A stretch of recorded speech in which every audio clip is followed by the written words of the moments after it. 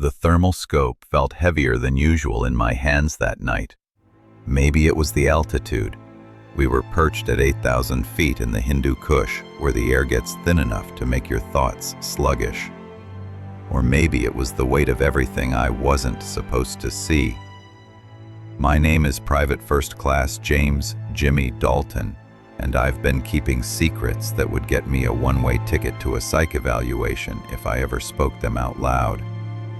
Back home in Cedar Rapids, Iowa, my wife Eleanor doesn't know that I stopped writing her honest letters 3 months ago. Our daughter, little Margaret, she's only 4, keeps asking Mommy when Daddy's coming home from his camping trip. Eleanor reads those letters to her every night before bed.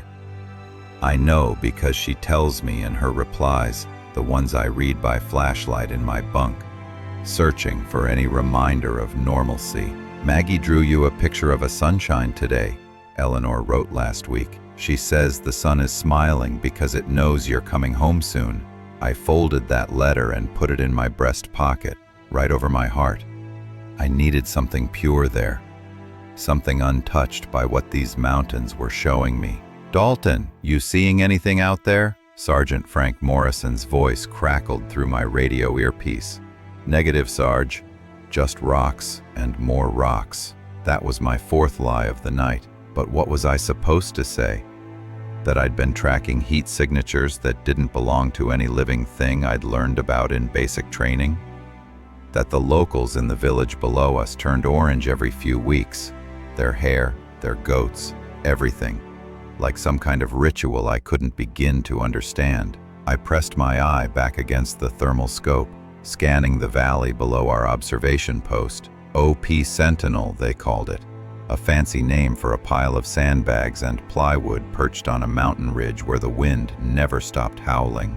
Corporal Eddie Richardson sat 3 feet away, cleaning his rifle for the 3rd time that shift. Eddie was from Brooklyn, talked too fast, laughed too loud, and had a nervous habit of taking things apart and putting them back together. Guns, radios, MRE heaters, didn't matter. If it had moving parts, Eddie needed to understand how it worked. You're gonna wear the finish off that thing, I told him. Better than sitting here thinking about what's out there, he muttered, not looking up. Eddie had seen something 2 weeks ago. He wouldn't talk about it, not directly, but I'd heard him wake up gasping in his bunk, heard him whisper prayers his Brooklyn tough guy persona usually kept hidden. Whatever he'd witnessed through his scope had shaken something loose inside him. Behind us, in the small operations center we'd built into the mountainside, Lieutenant Marcus Webb was reviewing intelligence reports. The LT was career Army, West Point graduate, 28 years old and already carrying the weight of command like a man twice his age. He had a wife in Virginia and twin boys he'd never met. They were born 3 weeks after we deployed. Keep your eyes open tonight, gentlemen, Webb had told us during the briefing. Command says there's unusual activity in this sector. Unusual. That was the Army's favorite word for things that didn't fit in their reports. The newest member of our unit, Specialist Tommy Kruger, was manning the radio station. Tommy had only been with us for 6 weeks, transferred from another company after some incident nobody wanted to talk about. He kept to himself mostly, watched everyone with these careful eyes like he was cataloging our movements, our words, our secrets. I didn't trust him. Not yet. Maybe not ever. But tonight, none of that mattered, because as I swept my thermal scope across the valley for the 100th time, I saw something that made my blood turn to ice water. A heat signature, humanoid, moving behind a compound wall. I checked the laser rangefinder. 1,800 meters, almost 2 kilometers away. The figure rose to its full height, standing well above the wall that should have hidden it. My hands started shaking. The math was simple, terrifying, impossible.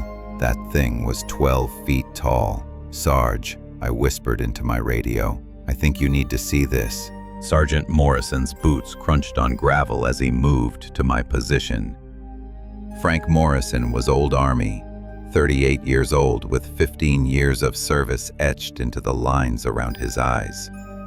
He had a daughter back in Tennessee, name of Sarah, who was starting college in the fall.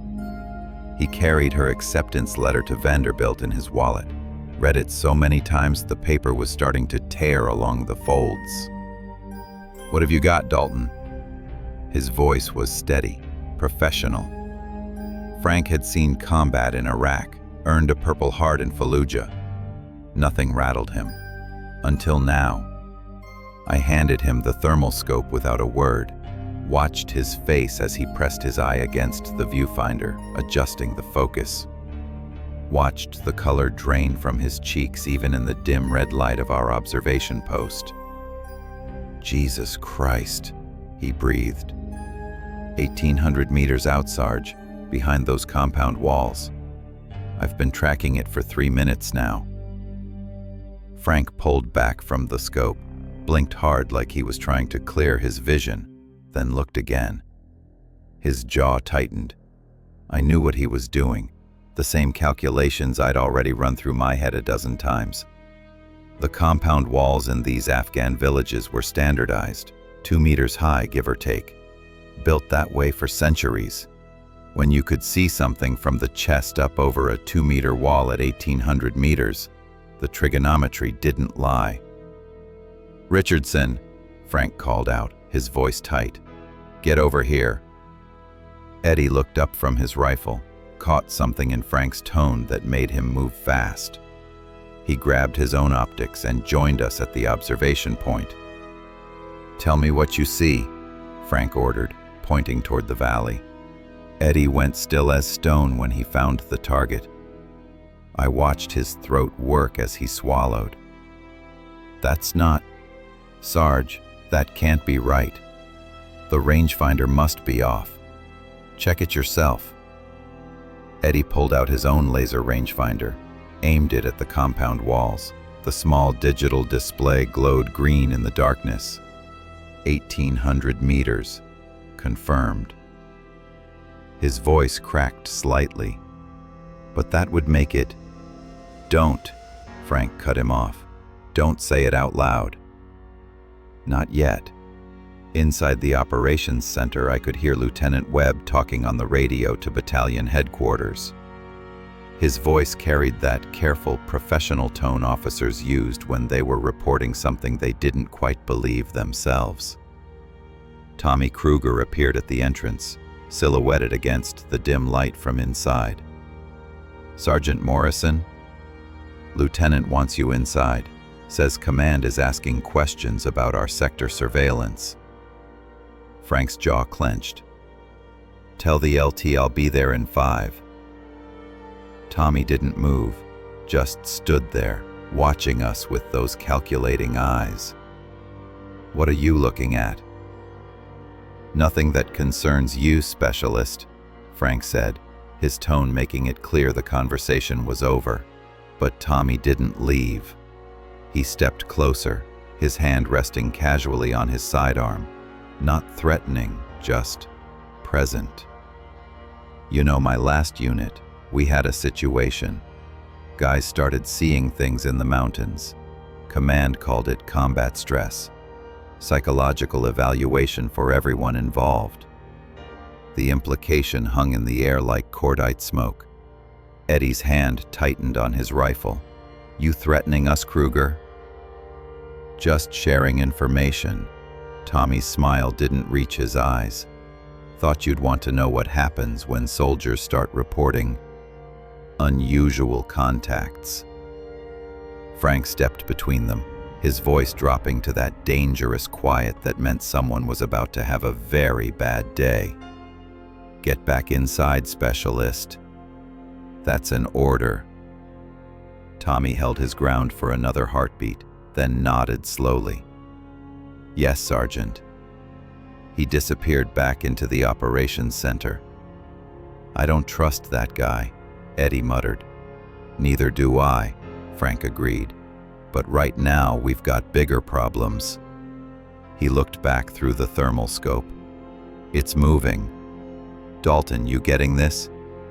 I pressed my eye against my own optics, my heart hammering against my ribs. The figure was walking now, moving behind a series of buildings. Its stride was wrong, too long, covering ground that should have required 3 or 4 normal human steps. And it was heading towards something. A small group of villagers, their heat signatures clustered around a fire. "Sarge," I whispered, "we need to warn them." Lieutenant Webb emerged from the operations center, his face illuminated by the pale glow of his tactical map. Marcus Webb had always struck me as the kind of officer who played by the book, every regulation memorized, every protocol followed to the letter. But tonight, I saw something different in his eyes. Uncertainty, maybe even fear. "The Battalion says to maintain observation only," he announced, his voice carrying across our small position. "No engagement unless directly threatened." "Sir, there are civilians down there," Frank protested. "If that thing—" "I said observation only, Sergeant." Webb's tone left no room for argument, but his hands were shaking slightly as he adjusted his helmet. "Command doesn't want any incidents that might complicate the situation." Eddie laughed, a sharp, bitter sound. "Complicate the situation? Sir, with all due respect, we've got something the size of a garbage truck walking through that village, and Command's worried about complications? Watch your tone, Corporal." But there was no real heat in Webb's words. He moved to the observation point, taking the thermal scope from Frank's hands. I watched his face as he located the target, saw his Adam's apple bob as he swallowed hard. "My God," he whispered. Then louder, "Dalton, how long have you been tracking this contact?" 7 minutes now, sir. It's been moving steadily through the village sector, staying behind structures mostly, but occasionally exposing itself. Webb's training was fighting against what his eyes were showing him. I could see it in the way he kept adjusting the focus, checking the rangefinder readings, running his hand over his face like he could wipe away what he was seeing. Back home, his wife Jennifer was probably putting their twin boys to bed right now, Matthew and Michael, 2 months old. Webb kept their ultrasound pictures taped inside his helmet, looked at them before every patrol.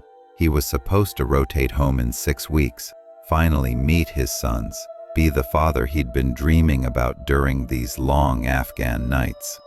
But right now, everything he thought he knew about the world was being challenged by what that thermal scope was showing him. "Sir," I said carefully, "the villagers, they're not running. They're not showing any signs of panic." Webb pulled back from the scope, his brow furrowed. "You're right. They're just going about their business, like it's—" He stopped himself. "Like it's normal," Eddie finished. "Like they've seen it before." Tommy Kruger had reappeared, this time with a camera attachment for the thermal system. "Sir, shouldn't we be documenting this for the official report?" The way he said "official report" made my skin crawl. There was something underneath his words, some agenda I couldn't quite identify. Tommy had been watching all of us too carefully since he arrived, taking notes in a small leather journal he thought nobody noticed, asking questions that seemed innocent but felt like interrogations. "No documentation," Webb said firmly. "Not until we understand what we're dealing with." "But sir, protocol dictates." "I know what protocol dictates, specialist." Webb's voice hardened. "Right now, I'm more concerned with making sure we don't start a panic over something we can't explain." Through my own optics, I watched the massive figure pause near the fire where the villagers had gathered. It was close enough now that I could make out details through the thermal imaging. The heat signature showed a body structure that was unmistakably humanoid. 2 arms, 2 legs, a head, but the proportions were all wrong. Stretched and amplified like someone had taken a human template and scaled it up by 60%. One of the villagers, an old man from the looks of his posture, stood up and walked toward the figure, not running away, walking toward it, carrying something in his hands. "Is that guy insane?" Eddie breathed. But the old man didn't seem afraid. He held out what looked like a bundle, food maybe, or supplies, and the giant figure bent down, actually bent down to accept the offering. The movement was careful, almost gentle. "They know each other," Frank said, his voice barely audible. "This isn't first contact. This is routine." My mind flashed back to 3 weeks ago, when the villagers had dyed their goats orange, when half the men in the village had walked around with that same bright orange hair dye for a week before it suddenly disappeared, before the goats disappeared too. The giant stayed in the village for another 20 minutes before disappearing into the darkness beyond our thermal range. None of us spoke much after that. What was there to say?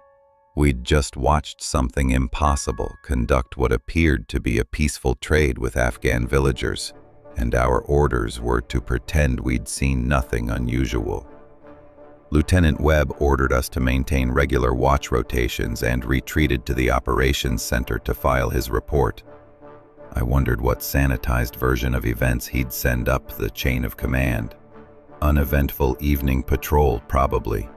No hostile contacts observed. The truth would stay buried in the mountains, just like it always did.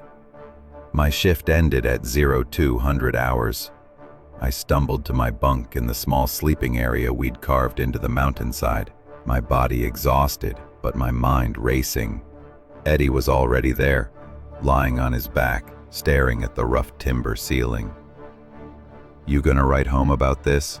he asked quietly. I pulled Eleanor's last letter from my breast pocket, unfolded it carefully. Her handwriting was neat and precise, just like everything else about her.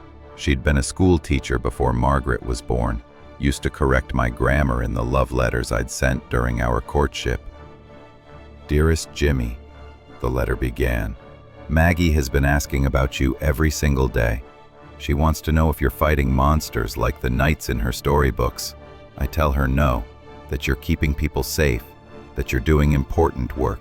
She says when you come home, she wants you to check under her bed for monsters because Daddy is the bravest person she knows."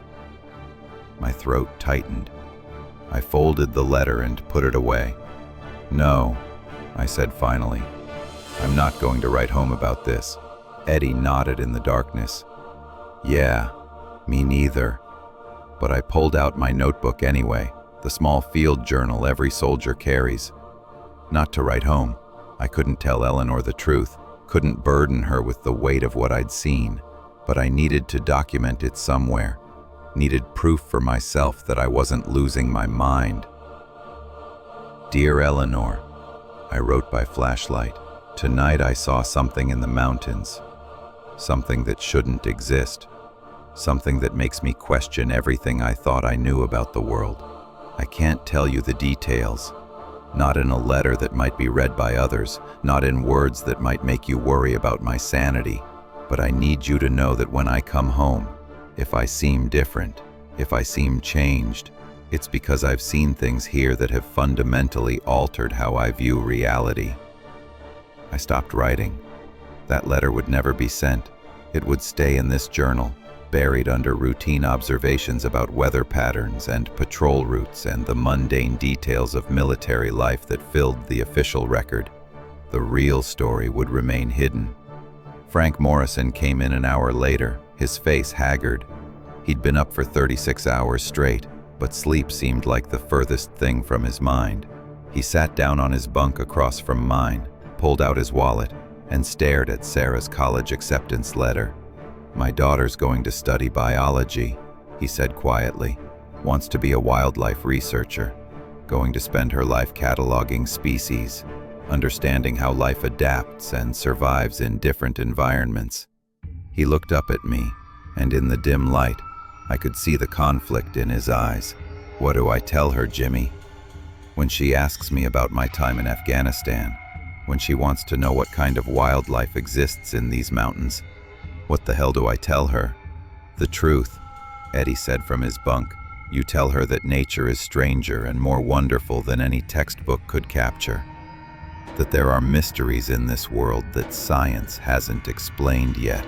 And if she asks for specifics, you tell her some mysteries are meant to stay mysteries, I said, that some knowledge comes with a price too high to pay. Frank nodded slowly, putting the letter back in his wallet. Yeah, maybe that's the right answer, but I could see it in all our faces. We didn't believe that. We'd been changed by what we witnessed, marked by knowledge we couldn't share. 3 days passed. 3 days of maintaining normal patrol routines while pretending we hadn't witnessed something that defied every natural law. 3 days of watching Tommy Kruger watch us. He was always there, lurking at the edges of conversations, appearing silently when we thought we were alone. His leather journal grew fatter with notes. His eyes grew sharper with observation. Eddie started calling him the Spy when he was out of earshot, and none of us disagreed with the nickname. On the 4th morning, everything changed. I was cleaning my rifle in the armory when Tommy approached, his footsteps deliberate on the wooden floor. He sat down across from me, too close for casual conversation, and pulled out that damned journal. "Private Dalton," he began, his voice conversational but his eyes cold. "I've been reviewing our observation logs from 3 nights ago. There's a gap in your sector report, 23 minutes where no entries were recorded." My hands didn't stop moving, field stripping my M4 with practiced efficiency. "Equipment malfunction. Thermal scope went down. Had to recalibrate." "Funny thing," Tommy continued, flipping through his journal.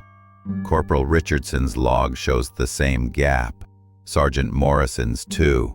All your equipment malfunctioned at exactly the same time?" "It happens." "Does it?" He leaned forward.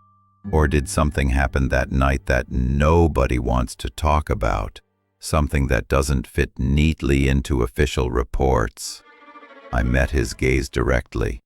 "What are you getting at, Kruger?" "I'm getting at the fact that I've seen this before." His voice dropped lower. "My last unit, Fort Bragg, we had a situation. Soldiers started reporting anomalous contacts during training exercises, creatures in the woods that shouldn't exist, high-value targets that appeared on thermal but vanished when teams moved to investigate." He paused, letting that sink in. "You know what happened to those soldiers? They got separated from their unit, transferred to different posts. Some got medical discharges. One ended up in a psychiatric facility, all because they saw something they weren't supposed to see and refused to stay quiet about it." My blood ran cold. "Is that a threat?" "It's a warning." Tommy stood up, tucking his journal back into his cargo pocket. "There are people in the military, people way above our pay grade, who have a vested interest in making sure certain information stays buried. They sent me here to make sure that happens, to observe, to document, to identify soldiers who might become problems." "So you're some kind of babysitter for the Pentagon's secrets?" "I'm someone who understands how the game is played." He moved toward the door, then turned back. "Here's what I learned at my last post, Dalton. The truth doesn't set you free. It destroys your career, alienates your family, and leaves you with nothing but memories that nobody believes. Is that what you want?" After he left, I sat there for a long time, my rifle forgotten. Everything about Tommy suddenly made horrible sense. His sudden transfer, his constant surveillance, his careful documentation of everything we said and did. He was a plant, a watchdog sent to identify and neutralize anyone who might expose what was really happening in these mountains. I found Frank and Eddie in the mess area, huddled over cups of terrible coffee. When I told them about my conversation with Tommy, Frank's jaw tightened. I knew something was off about him, Eddie muttered. Nobody transfers into a combat zone voluntarily, unless they've got an agenda. The question is, what do we do about it? Frank said quietly. If he's reporting back to command, if there really is some kind of cover-up operation, then we're already on a list somewhere, I finished, marked as potential security risks. Lieutenant Webb appeared in the doorway, his face pale. We need to talk. All of you, now. He glanced around nervously. Not here. Outside. We followed him to an isolated corner of the base perimeter, away from the operations center, away from Tommy's watchful eyes. Webb looked like he'd aged 10 years in 3 days. I got a call from Battalion Intelligence, he said, his voice barely above a whisper. They're sending a team here, some kind of special assessment unit. They arrive tomorrow. Assessment of what? Eddie asked. Webb's hands were shaking. Us. We spent that night in tense silence, each of us processing what Webb had told us. An assessment team meant interrogations, psychological evaluations, career-ending reports filed in classified databases. It meant the military machine grinding us down until we either recanted what we'd seen or disappeared into administrative obscurity.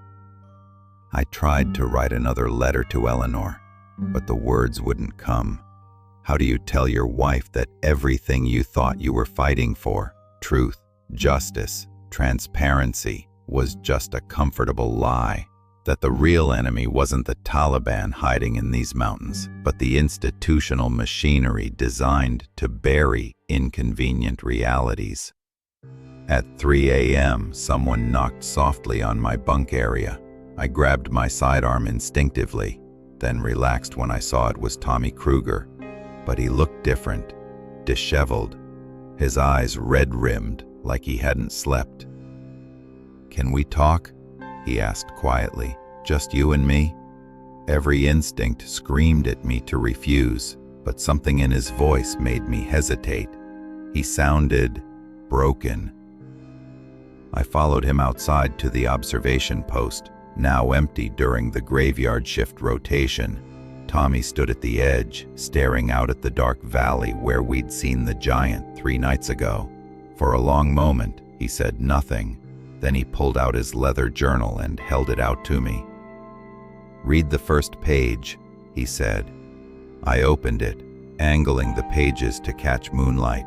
The handwriting was different from his usual neat script, hurried, almost frantic. "They're real. God help me, they're real. Fort Bragg, November 2009. I saw one myself during night operations, 12 feet tall, moving through the trees like a shadow. Command told me it was classified. Said if I spoke about it, my family would pay the price.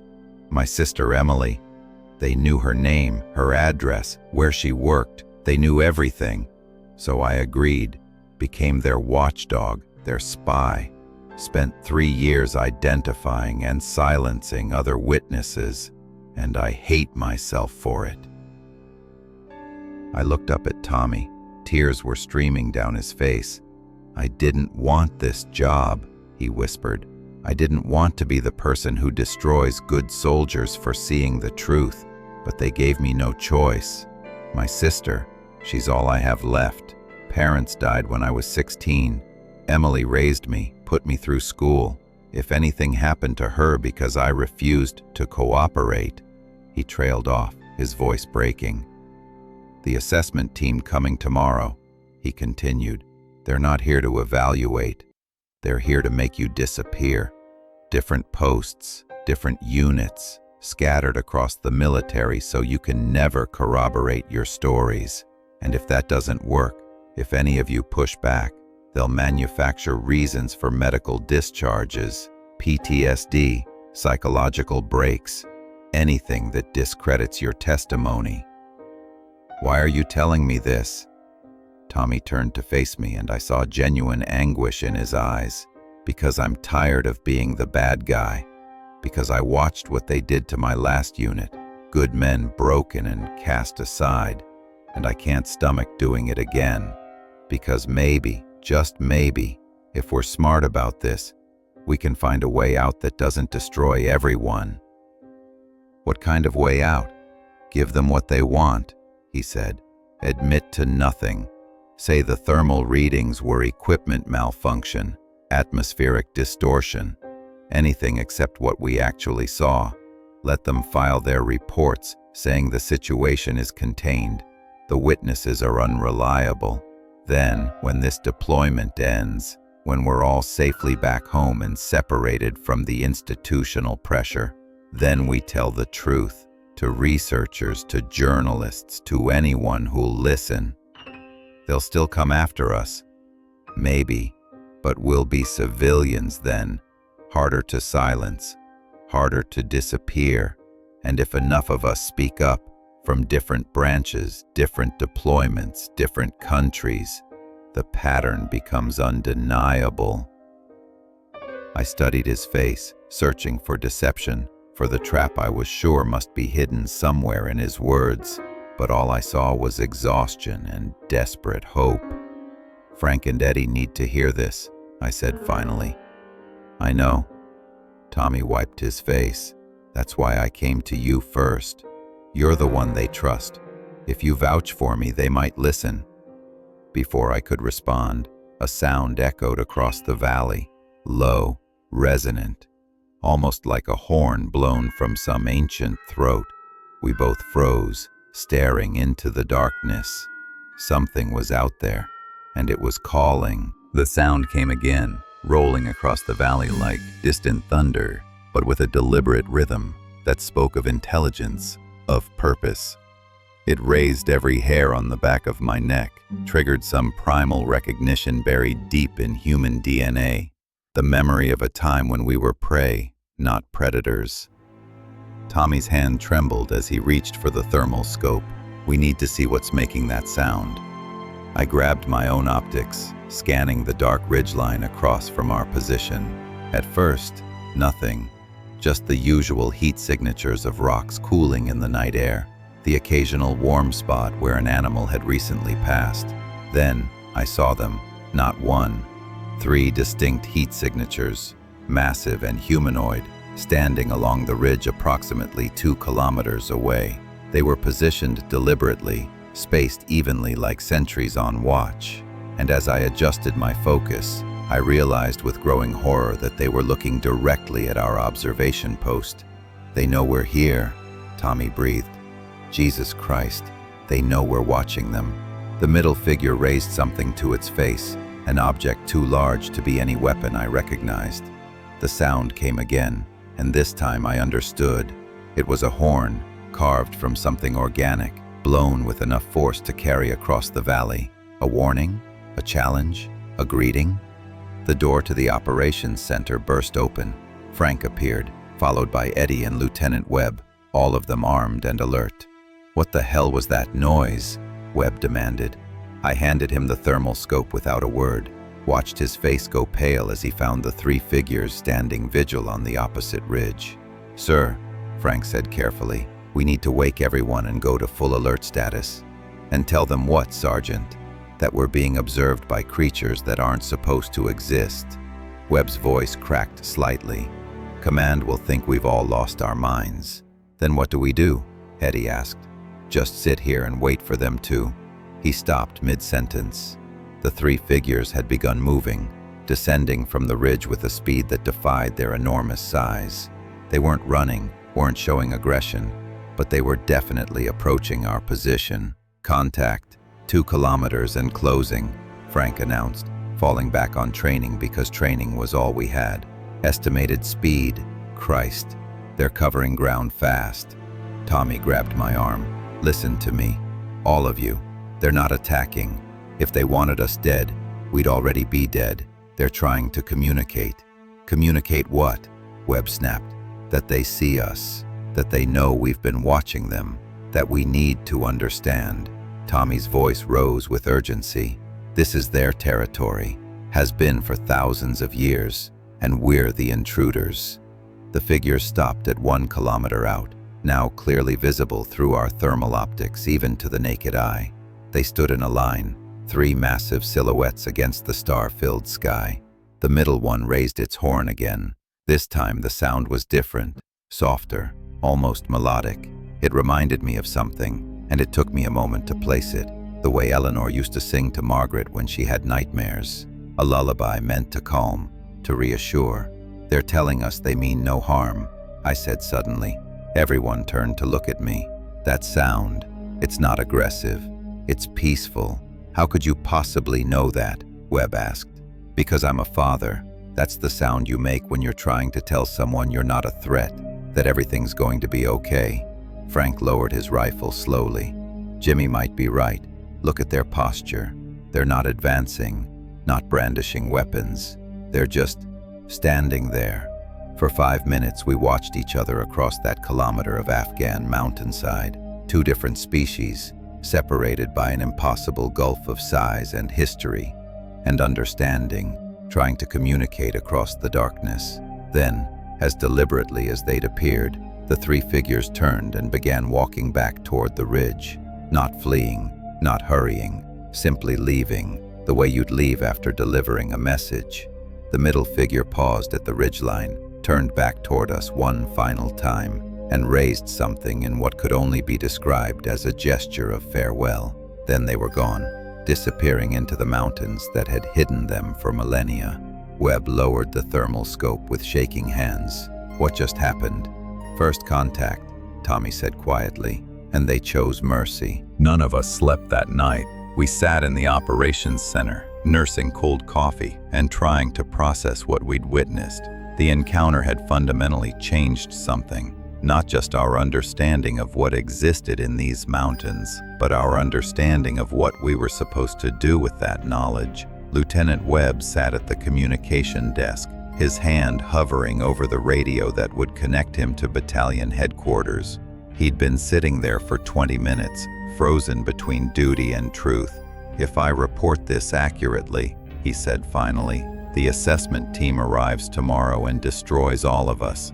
Our careers end, our families suffer, and the truth gets buried anyway." "And if you don't report it?" Frank asked. "Then I'm complicit in the cover-up. Everything I believed about honor and integrity becomes a lie I'm willing to live with." Eddie was pacing, his nervous energy manifesting in constant movement. "Maybe Tommy's right. Maybe we play along, get through this deployment, then tell the truth once we're civilians. That's a long time to carry this weight," I said, thinking of Eleanor and Margaret waiting for me in Cedar Rapids, thinking of the letters I couldn't write, the truth I couldn't share. Tommy had been quiet since the encounter, staring at his journal but not writing in it. When he finally spoke, his voice was steady, with a conviction I hadn't heard before. "I spent 3 years silencing people who saw what we just saw, destroyed careers, broke families, all to protect institutional secrets that the public deserves to know about. I told myself it was necessary, that I was protecting national security." He looked up at us, but the only thing I was protecting was the comfortable lie that we understand the world we live in. "So what are you suggesting?" Webb asked.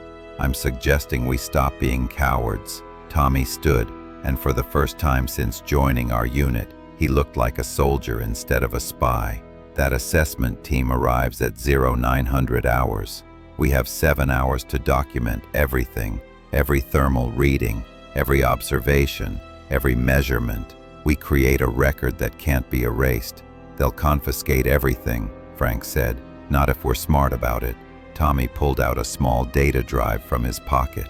"I've been using this to document other sites, other encounters. Command doesn't know it exists. We transfer everything to this, hide it somewhere off base, retrieve it after deployment ends." Webb shook his head. "That's theft of classified materials. Court-martial offense. So is falsifying official reports, sir. We're already choosing which regulations to break. The question is whether we break them to hide the truth or preserve it." The weight of that choice settled over us like the mountain air.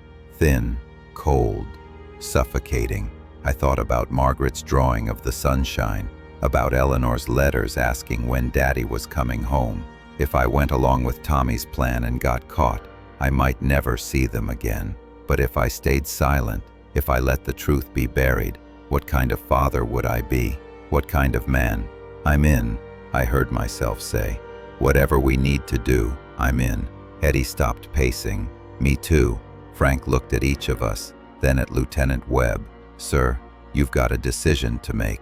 You can follow orders and file a sanitized report that destroys your integrity, or you can do the right thing and risk everything you've worked for. Webb stared at the framed photograph on his desk. Jennifer and the twins, Matthew and Michael, those boys he'd never held. His hands had stopped shaking. When he looked up, there was something new in his eyes. Resolution. My sons are going to grow up in a world full of lies unless someone has the courage to tell the truth. He pulled the radio closer. I'll file a report about atmospheric distortions and equipment malfunctions. Buy us time. But after that, he looked at Tommy. We document everything, and when this deployment ends, we make sure that evidence reaches people who'll actually investigate it. They'll come after us, Tommy warned. Let them. Webb's voice was firm. I didn't become an officer to protect lies. I became one to protect people. And maybe the best way to do that is ensuring they know what's really out there. The assessment team arrived exactly at 0900 hours in two Blackhawks that churned dust across our small firebase like a deliberate insult.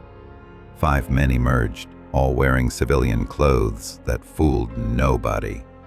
Their leader introduced himself as Dr. Gerald Ramsey, though the way he carried himself screamed intelligence operative, not academic. Gentlemen, Ramsey said, his voice smooth as oil. We're here to conduct routine psychological evaluations following reports of unusual stress indicators in your unit. Lieutenant Webb met him with perfect military courtesy, his face betraying nothing of the long night we'd spent transferring data to Tommy's hidden drive. Of course, sir. My men are at your disposal. They separated us immediately. Standard interrogation technique. Isolate the witnesses, compare their stories for inconsistencies, identify the weakest links. I was taken to a small room they'd set up in the operations center, facing Ramsey across a folding table. Private Dalton, he began, opening a file that somehow already contained my entire service record. You've been in country for 7 months. Exemplary record, no previous incidents. Letters from home indicate a stable family situation. Wife Eleanor, daughter Margaret. He looked up. You planning to make the Army a career? The implied threat was clear. Answer wrong, and that career ends today. Yes, sir. Planning to re-enlist. Good, good. He made a note. Then you understand the importance of accurate reporting, of not letting combat stress create false impressions that might undermine unit cohesion. Yes, sir. 3 nights ago you were on observation duty. Your log shows a 23-minute gap. Can you explain that? I'd rehearsed this with the others. Keep it simple. Stick to technical explanations. Give them an easy out to accept. Thermal scope malfunction, sir. Moisture in the optics. Happens at this altitude. Had to recalibrate the system. And you saw nothing unusual during your watch? Define unusual, sir. This whole country is unusual to a kid from Iowa. Ramsey smiled, but it didn't reach his eyes. Nothing that contradicted your training about indigenous wildlife? Nothing that might have seemed anomalous? Here was the moment, the choice between truth and survival, between integrity and pragmatism. I thought about Eleanor reading my letters to Margaret, about that little girl asking if Daddy was fighting monsters. No, sir, just another night in the Hindu Kush. He studied me for a long moment, searching for cracks in my composure. Then he closed the file. Good. I'm glad we understand each other, Private. The Army needs soldiers who can distinguish between reality and stress-induced hallucination. He stood to leave, then paused. Your daughter Margaret, she's 4, correct? Starting preschool soon? The threat wasn't even subtle anymore. Yes, sir. Wonderful age, childhood innocence, you know.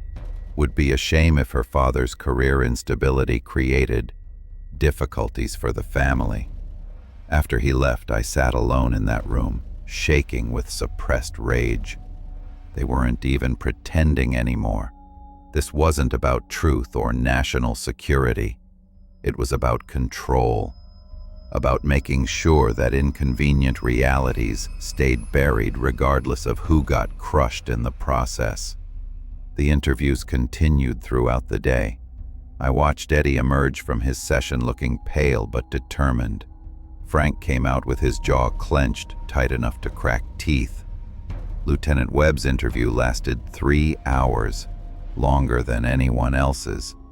By 1600 hours, Ramsey gathered us all together in the operations center. Tommy stood slightly apart from our group, his face carefully neutral. Gentlemen, I'm pleased to report that this unit shows no signs of significant psychological trauma. The incidents reported were clearly equipment malfunctions compounded by altitude effects and insufficient rest. I'm recommending continued deployment with standard rotation schedules. He smiled that empty smile again. No further action required. We'd won. We'd survived the assessment by feeding them the lies they wanted to hear. But the victory felt hollow, tainted by the compromise it required. As the Blackhawks lifted off, carrying Ramsey and his team back to whatever dark corner of the military-industrial complex had spawned them, Tommy approached us quietly. "The drive is secure," he whispered. "Hidden off base with an Afghan contact I trust. When we rotate home, we retrieve it. And then?" Eddie asked. "Then we tell the truth," Webb said firmly. "All of it, and let the world decide what to believe." But in my heart, I wondered if we'd already lost something more important than the truth. We'd lost the courage to speak it when it mattered most. 6 weeks later, I stood in the arrivals terminal at Des Moines International Airport, my duffel bag at my feet, scanning the crowd for familiar faces. The fluorescent lights felt too bright after months of Afghan darkness. The air conditioning too cold after the mountain heat. Everything seemed wrong, slightly off-kilter, like I'd returned to a world that didn't quite fit anymore. Then I saw them. Eleanor, her hair longer than I remembered, holding Margaret's hand. My daughter had grown, taller, older. No longer the toddler I'd left behind, but a little girl with her mother's eyes and my stubborn chin. "Daddy!" Margaret broke free and ran toward me, her sunshine dress fluttering. I dropped to my knees and caught her, held her tight enough that she squeaked in protest. Eleanor joined us, and for a moment, wrapped in their arms, the weight I'd been carrying lifted slightly. "Welcome home, Jimmy," Eleanor whispered against my neck. "Welcome home." But home felt different now. That first night, lying in our bed with Eleanor sleeping beside me, I stared at the ceiling and saw thermal signatures moving across distant ridgelines. Margaret's nightlight cast shadows that reminded me of things that shouldn't exist. Beings that walked the boundaries between myth and reality. I'd kept my promise, said nothing in my letters, nothing during the debriefing, nothing that would raise flags or trigger investigations. Tommy had successfully retrieved the data drive before we deployed home. It sat now in a safety deposit box in Cedar Rapids, waiting for the right moment, the right journalist, the right opportunity to release what we'd documented. But the cost of silence was higher than I'd anticipated. Frank Morrison had returned to Tennessee. I'd gotten one letter from him, brief, careful, saying nothing explicitly but everything implicitly. His daughter Sarah had started at Vanderbilt. He watched her study biology textbooks and wondered what truths she'd never learned because people like us chose careers over courage. Eddie Richardson went back to Brooklyn, took a job with his uncle's construction company. He called once, drunk, at 2 a.m., rambling about thermal signatures and orange-dyed goats until his wife took the phone away and apologized for bothering me. Lieutenant Webb had gotten his promotion to captain, received commendations for his leadership under difficult conditions. His twins were walking now, calling him Dada in the videos Jennifer sent. But in our rare phone conversations, I could hear the hollowness in his voice. The knowledge that his rise through the ranks was built on classified lies and institutional cowardice. Tommy Kruger had disappeared. Honorable discharge, moved to some small town in Montana where he could see mountains that reminded him of Afghanistan, but held no secrets that would destroy him. He'd sent me his leather journal before he vanished, pages and pages documenting encounters from Fort Bragg, from other deployments, from other soldiers whose testimonies had been buried. A catalog of institutional failure that nobody would ever read. 3 months after coming home, I took Margaret to the park. She was playing on the swings, her laughter carrying across the playground like music. Eleanor sat beside me on the bench, her hand in mine. "You're different," she said quietly, "since you came back. Something changed over there." I could have denied it, could have blamed combat stress, adjustment issues, the normal difficulties of reintegration. But I was tired of lies. "I saw something in Afghanistan," I said carefully. "Something that changed how I understand the world. Something I can't tell you about because you'd either think I was crazy or you'd carry the same weight I do." Eleanor squeezed my hand. "Does it have to do with the monsters Maggie asked about? The ones she thought you were fighting?" I watched our daughter swing higher, reaching for the sky with that fearless joy only children possess. The innocence that would be shattered if she ever learned what her father had seen, what walked in the darkness beyond civilization's comfortable illusions. "Yeah," I said finally. "It has to do with monsters, but not the kind that hide under beds. Will you ever tell me? Maybe. Someday, when I'm ready to bear the cost of truth."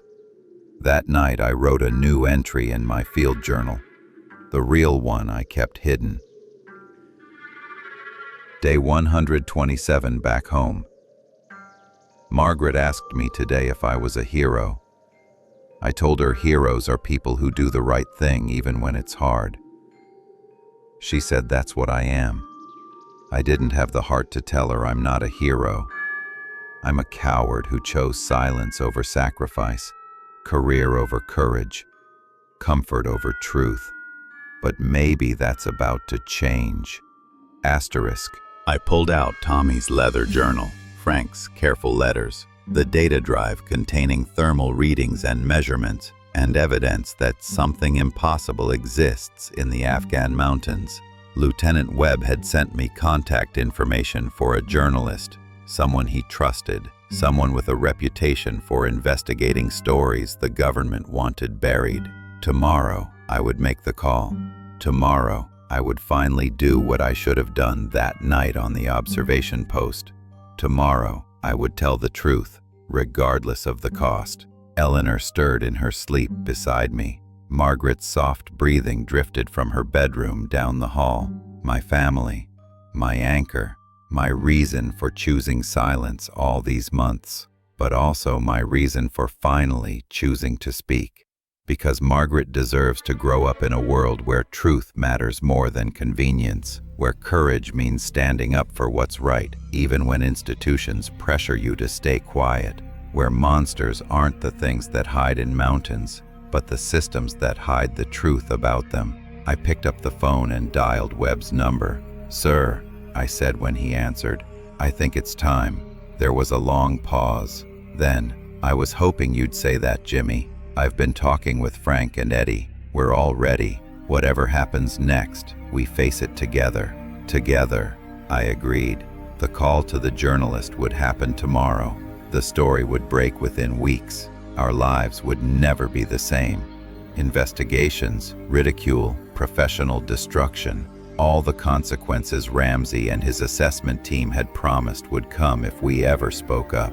But tonight, for the first time since returning home, I slept without nightmares, because I'd finally become the man Margaret thought I was, a hero who did the right thing, even when it was hard, even when it cost everything. The mountains of Afghanistan still held their secrets. The giants still walked their ancient paths, hiding from a world that refused to acknowledge them.